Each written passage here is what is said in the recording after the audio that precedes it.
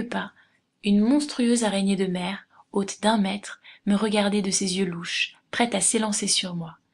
Quoique mon habit de scaphandre fût assez épais pour me défendre contre les morsures de cet animal, je ne pus retenir un mouvement d'horreur.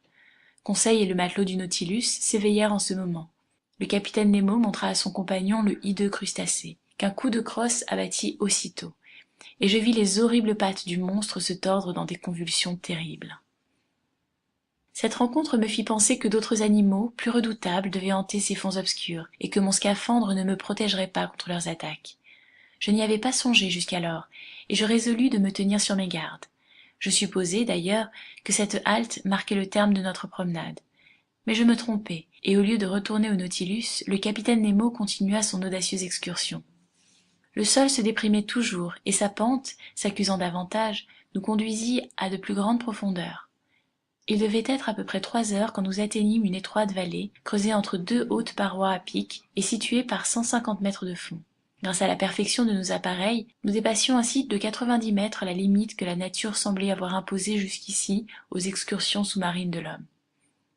Je dis 150 mètres, bien qu'aucun instrument ne me permît d'évaluer cette distance, mais je savais que, même dans les mers les plus limpides, les rayons solaires ne pouvaient pénétrer plus avant. Or précisément, l'obscurité devint profonde. Aucun objet n'était visible à 10 pas. Je marchais donc en tâtonnant, quand je vis briller subitement une lumière blanche assez vive. Le capitaine Nemo venait de mettre son appareil électrique en activité. Son compagnon l'imita. Conseil et moi suivîmes leur exemple.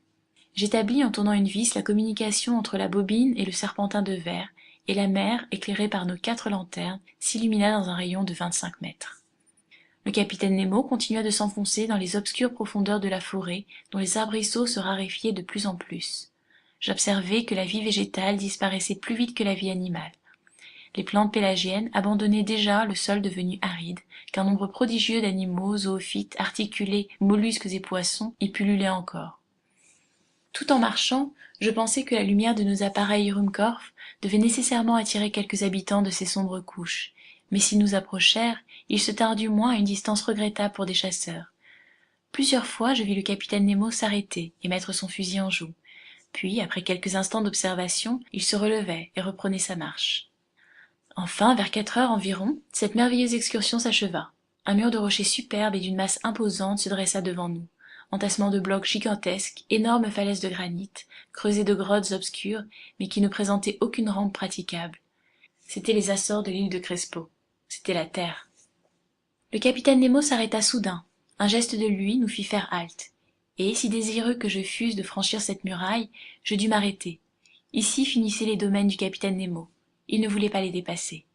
Au-delà, c'était cette portion du globe qu'il ne devait plus fouler du pied.